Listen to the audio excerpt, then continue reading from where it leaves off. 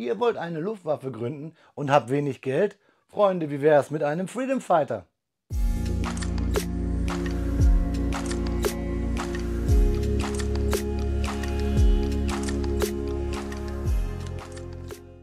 Willkommen in der Noppenklötzchenscheune. Mein Name ist Blockstar und ja, Freunde, ich lade euch heute ein nach Südostasien, denn wir sprechen heute über die 2425, die F5A Freedom Fighter, hier in der Lackierung des Vietnamkonfliktes bzw. ein Modell, das im Vietnamkonflikt geflogen ist. Und logischerweise setzt Kobi damit seine Vietnam-Serie fort. Das finde ich cool. Wir kennen dieses Flugzeug aus Filmen wie Top Gun oder Platoon und deswegen ein ikonisches Set, was Kobi hier auflegt. Es gibt sogar noch zwei weitere, nämlich einmal eins aus der Top Gun Serie und auch eine norwegische Version bekommen wir noch. Denn das war der Hintergrund, den ich euch am Anfang gesagt habe. Dieses Flugzeug ist kostengünstig gewesen und wird von vielen, vielen Ländern heute noch genutzt. Dazu aber mehr bei den Fakten. Freunde, kommt mit mir jetzt auf den Bautisch, dann schauen wir uns den Inhalt dieses Kartons genauer an.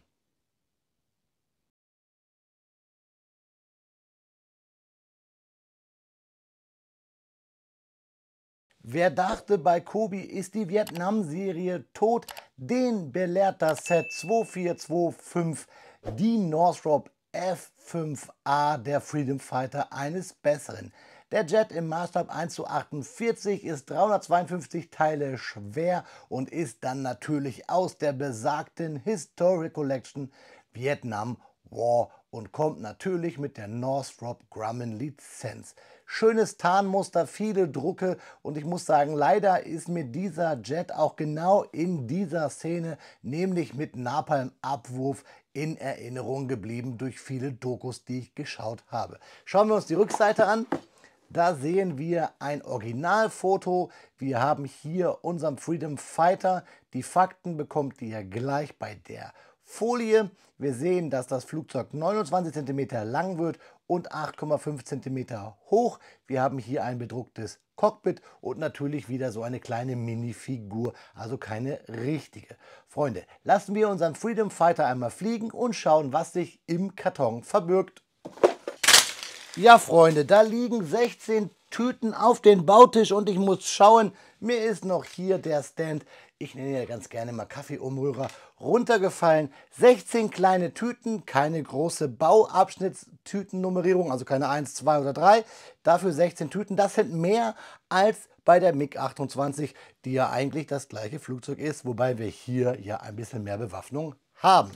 Wir sehen hier dieses neue Formteil für die Spitze, auch schön bedruckt. Alles Drucke hier bei Kobi und wir haben eine Anleitung, die natürlich hier unten diesen orangenen Streifen hat für die Vietnam War Serie. DIN A4, Klammer gebunden, Altersempfehlung ab 6 Jahren. Ich finde, es hat zwar nur 352 Teilchen, aber sehr kleinteilig. Deswegen würde ich sagen 6 Jahre nur mit Begleitung. Wir bauen drauf los. Wir haben ja keine Seitenanzahl, deswegen haben wir nur unsere Bausteps hier 1 bis, schauen wir mal, 84. Der letzte ist halt hier der Fertigstellung des Stands. Das heißt, wir bauen drauf los, indem wir die Tüten aufreißen und sortieren die Teile, wie immer wir das wollen. Und der erste Baustep ist halt hier das Umdrehen eines Steins, einer 1x8er Plate. Wir kriegen hier Hinweise, welche Brackets wir benutzen müssen. Pfeile weisen uns den Weg und der erste Bauschritt ist immer farblich. Beim zweiten ist der zweite farblich und so weiter. Also der aktuelle ist immer farblich und der davorige immer ausgegraut. Wie gesagt, Pfeile weisen uns den Weg und wir haben Anlegehilfen, beziehungsweise hier sehen wir Anlegehilfen, aber auch kleine Erklärungen hier mit Pfeilen, wie wir zum Beispiel hier mit dem Bügelperlenapplikator die Bügelperle aufbricken. Wie gesagt, fertig sind wir dann ganz am Ende mit Baustep 84, der war's, indem wir den Stand fertig machen. Hier unten sehen wir dann aber schon die Teile, die wir hier liegen haben. Heißt, wenn euch ein Teil fehlt, könnt ihr es gleich hier monieren. Und es gibt keine Werbung. Kobi hat hier ein bisschen Druckertinte gespart. Freunde, ich freue mich, euch jetzt hier ein paar Fakten zur F5A zu liefern. Da wünsche ich euch viel Spaß bei und ich wünsche mir persönlich viel Spaß beim Klemmen.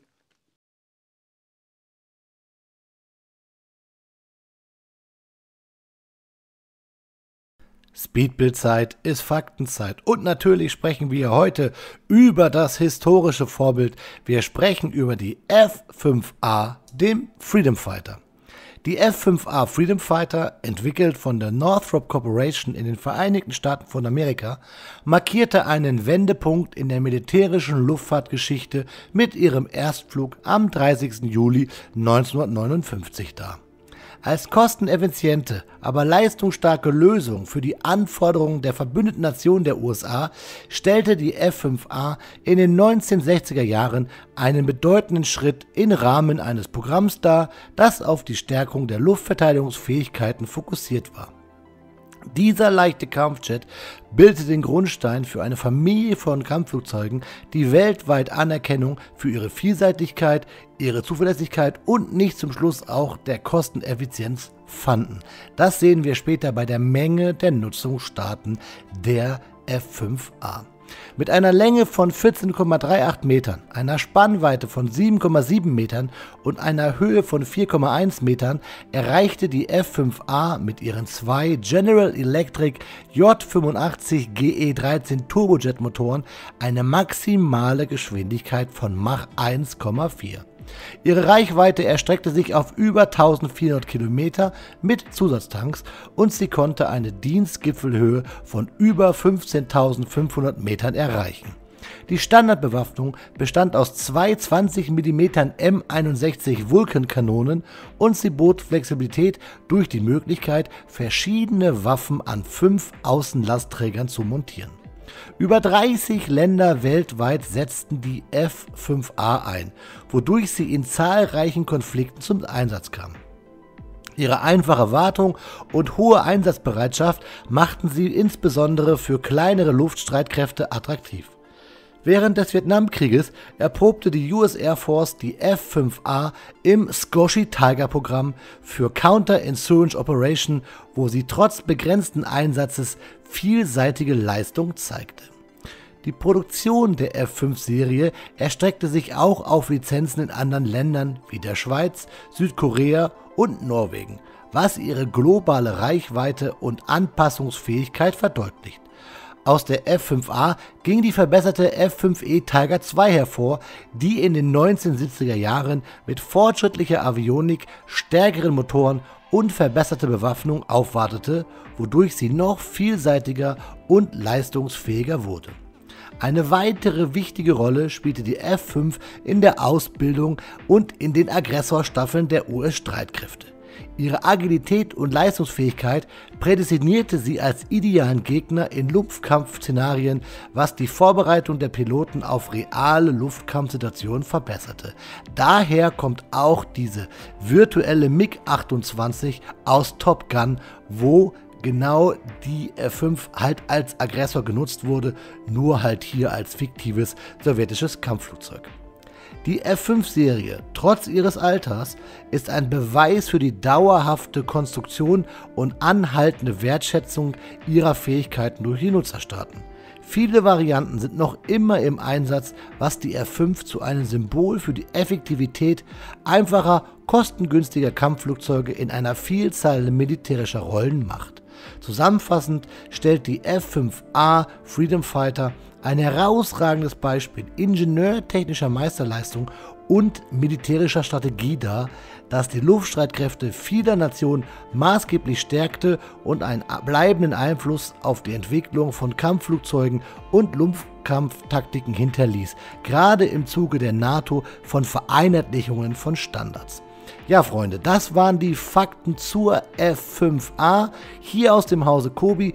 Und da springen wir jetzt hin, nämlich in das Klemmbaustein-Review des Sets 2425. Ich wünsche euch da viel Spaß bei, liebe Freunde.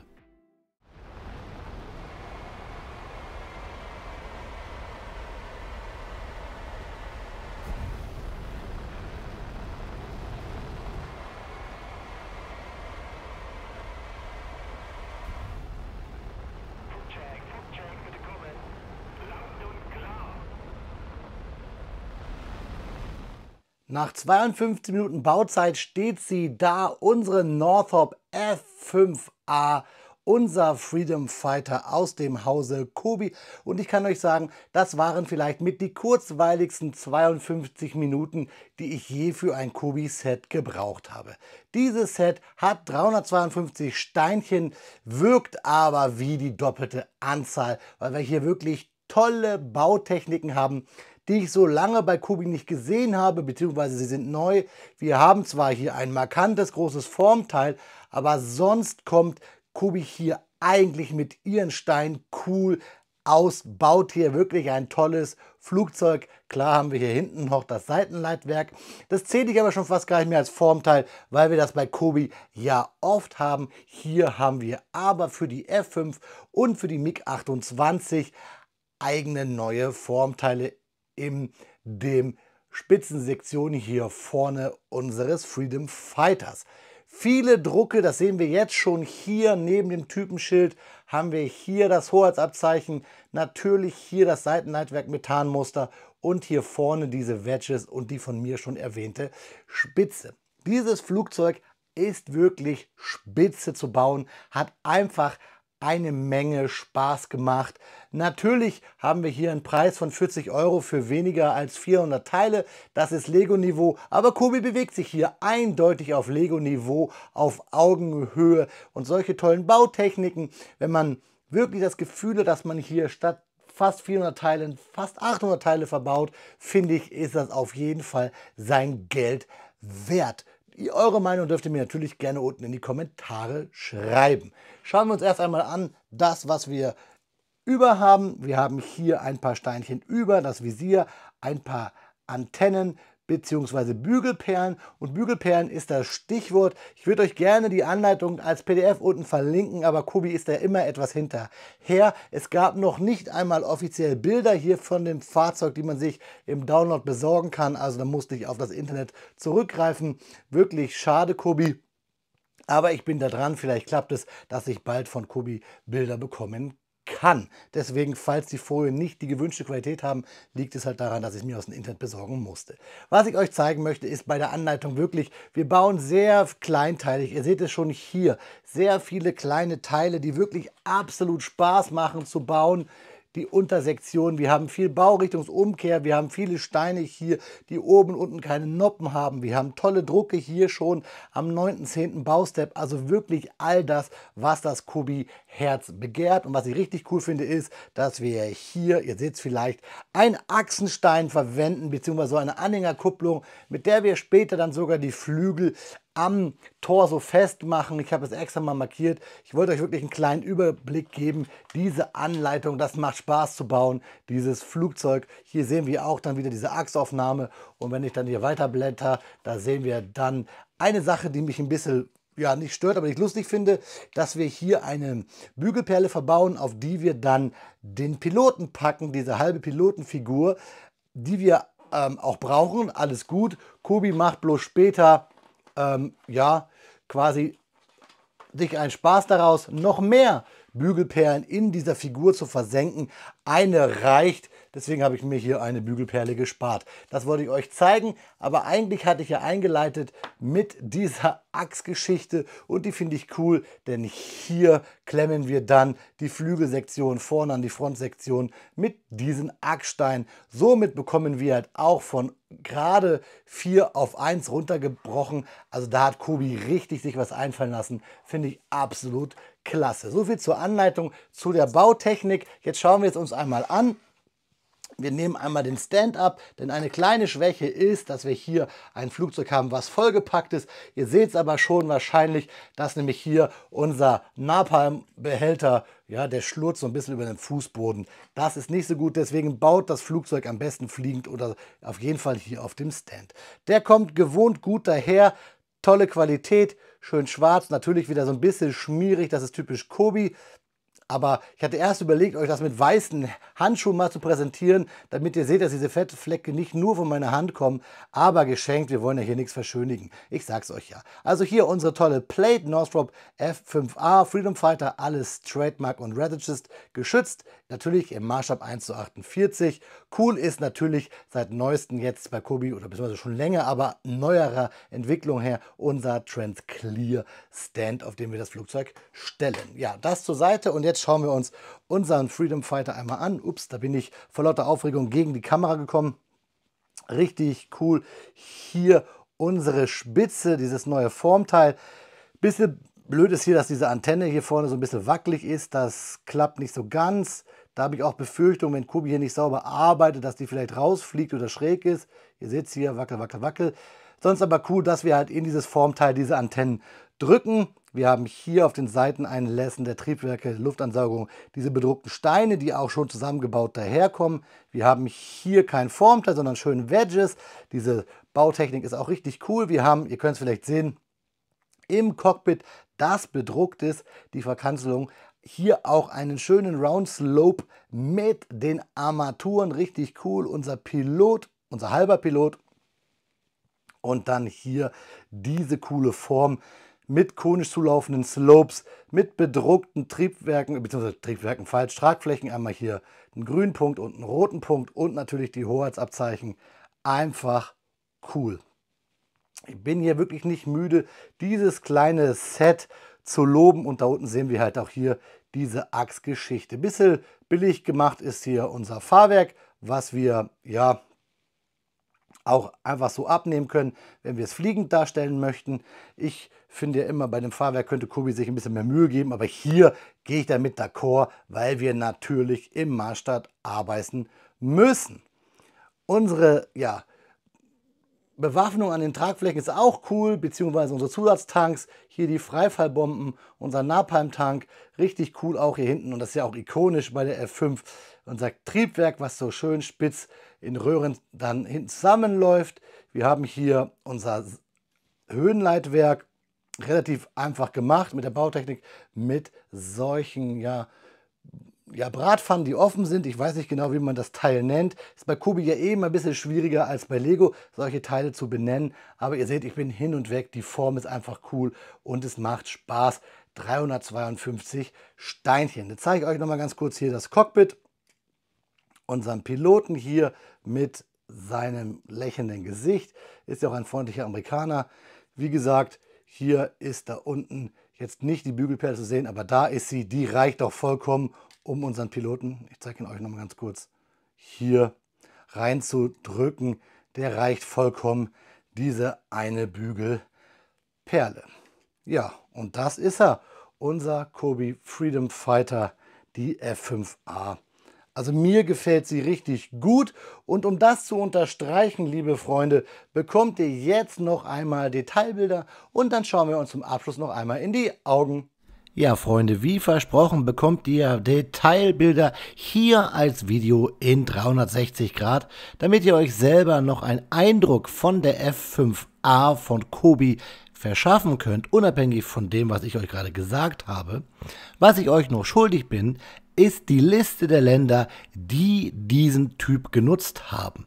In Lizenz gebaut haben die F5A Südkorea und zum Beispiel Norwegen, aber genutzt haben diesen Typen Äthiopien, Bahrain, Botswana, Brasilien, Chile, Griechenland, Honduras, Indonesien, der Iran, Jemen, Jordanien, Kanada, Kenia, Libyen, Malaysia, Marokko, Mexiko, die Niederlande, Norwegen, Österreich, die Philippinen, Saudi-Arabien, Singapur, Südkorea, Spanien, der Sudan, die Schweiz, Thailand, Taiwan, Tunesien, Türkei, Venezuela, die USA und natürlich auch Vietnam, nämlich die südvietnamesischen Streitkräfte. Erbeutet wurden auch einige Maschinen, nämlich von China bzw. von Nordvietnam dann an China gegangen, 2 in Polen, eine tschechische und die Sowjetunion hat auch einige Maschinen übernommen, alle aus Vietnam erbeutet. Ja, Freunde, ich habe es euch gesagt, Das Flugzeug ist der Inbegriff quasi des Volkswagens der Lüfte für NATO-Luftstreitkräfte der damaligen Zeit und bis heute. Ja, Freunde, da ist das Video schneller zu Ende, als ich Hammer sagen kann, denn ich finde dieses Set absolut Hammer. Kobi hat mit der F5A hier für mich mal wieder den Nagel auf den Stud getroffen, nicht auf den Kopf. Ich bin wirklich begeistert. Wir haben hier viele Drucke und ich habe es erzählt im Review, wir haben viele tolle Baustats. Dieses Set hat nur fast 350 Steinchen, es wirkt aber irgendwie wie 700. Ich wiederhole mich da gerne, das Ding hat richtig Bock gemacht zu bauen und ich überlege mir auch noch vielleicht die anderen Versionen zu besorgen. Wenn ihr eine schwarze hier irgendwo findet, könnt ihr mir ja mal Bescheid sagen. Freunde, schreibt mir eure Meinung zum Set unten in die Kommentare. Ich würde sagen, bis dahin einen guten Flug, auf Wiederbauen, euer Freund der Blockster. Huch, was macht die Mick denn hier?